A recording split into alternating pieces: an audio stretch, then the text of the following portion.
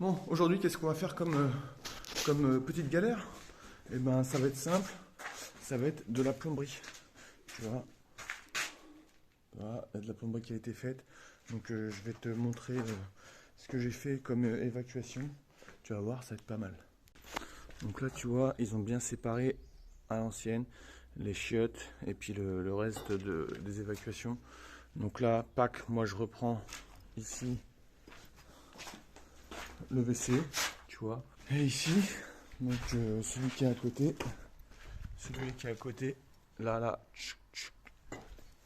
tu vois, c'est celui qui est là, ici, et comme elle là. Donc là, en gros, ça va être pour le bac à douche qui va se situer là, un grand bac à douche.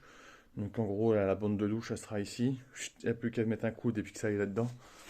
Et puis là, tu vois, là c'est pour faire une remontée avec le lavabo, le plan qui va être là. Et ça continue derrière. Ici, tu vois, remonter. Alors, j'ai pas encore collé le petit bout là pour passer au 40, mais en gros, remonter pour la cuisine. Voilà, donc là, tout remettre du sable, machin truc. Et puis rebétonner. Et au passage, tu vois, j'ai décoffré là ce matin, pour ça qu'on voit les étés. J'ai décoffré mes linteaux. Donc bah écoute, impeccable. Tu vois, c'est ça que j'aime avec le béton. Après, c'est net de chez net. Tu vois, alors que le burin, c'est pas net du tout, tu vois. Bon là, ça sera une partie qui sera coffrée, mais voilà un peu le truc. Et puis le deuxième, tu vois, pareil. La porte de l'atelier, là. Un beau petit linteau ferraillé. Impeccable.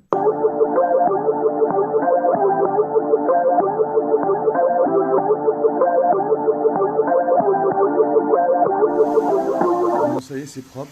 Tout est rangé. Maintenant, on va pouvoir tester les évacuations en mettant de l'eau dedans. Donc moi, pour ça, j'ai une petite technique maison, tu vois. On met de l'eau là. On met un petit fil de fer, tu vois. Et puis on regarde, raccord par raccord. Si ça fuit pas, et si ça s'écoule bien, bon là pour l'écoulement, il n'y a aucun problème. Sachant qu'on doit avoir une pente de, normalement c'est, allez, minimum 2%. Ah là, je dois être au moins à 4, 5, voire peut-être 6, mais là ça pente bien.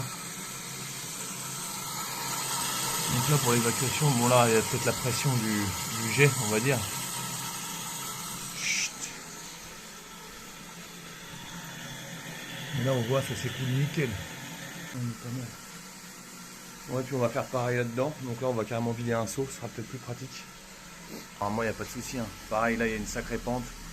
Avec un coude, tu vois, c'est pas un coude directement à 90. C'est un coude à 20 degrés, puis un coude à 45 degrés, tu vois. Moi ça m'a l'air bien collé tout ça. En même temps j'ai pris mon temps.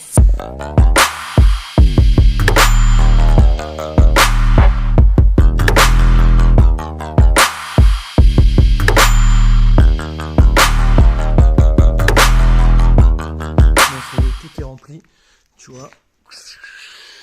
Donc en fait, c'est noir pour la simple et bonne raison que j'ai fini avec de la terre tamis. Tu vois là par contre, c'est du sable. Pourquoi de la terre tamis? Bah j'avais plus de sable. Donc bon, ça fait le taf, j'ai bien tassé. Et puis il n'y avait pas un seul caillou. Même texture que la terre. Juste pour le dessus quoi. Donc là maintenant, il n'y a plus qu'à bétonner. Petit coffrage de fortune là. Tu vois, le béton comme ça, il bloque là et là. Histoire que ça laisse un petit vide là pour sicoter qu'on appelle ça, au niveau du bac à douche, tu vois. Il y aura la bonde, l'évacuation ici. Comme ça, je suis tranquille, tu vois. Et tu vois, c'est là que j'ai appris que tamis, en fait, tamis, c'est pas un objet, tu vois, c'est comme frigidaire, tu vois, ou frigo. Tamis, c'est une marque. Tu vois, et ça c'est un petit outil à 10 balles. Faut pas croire que ça vaut cher, ça vaut 13,50. Et franchement, c'est super satisfaisant, tu vois. Là, avec de la terre de merde, tu arrives à faire de la terre super onctueuse. Et après, par contre, là, ça te met un tas de gravier, tu vois. Ça c'est ce qui ressort. Bon, ça y est, la bétonnière est prête, le sable est livré. Il n'y a plus qu'à mettre un petit peu de courage là-dedans. Et puis, on va boucher les trous. Allez, c'est parti. Bon, ça y est, tu vois, avec un petit peu de courage, on y est arrivé. Donc là, bon, j'ai pas fait non plus un lissage d'exception, tu vois, parce que là, ça va être, il va y avoir une autre dalle qui va être coulée par-dessus, une dalle de finition, donc je me suis pas fait chier plus que ça. Puis là pareil, il va y avoir un ragréage, donc bon, tant que ça dépasse pas de 15 cm par-dessus, on est bon quoi. Donc voilà, moi j'ai quand même mis des petites protections autour des PVC, histoire que ça, quand ça dilate ou si ça doit dilater, et ben pas de problème quoi. Tu vois. Et ça a commencé à sécher. Tu vois, là c'est pareil.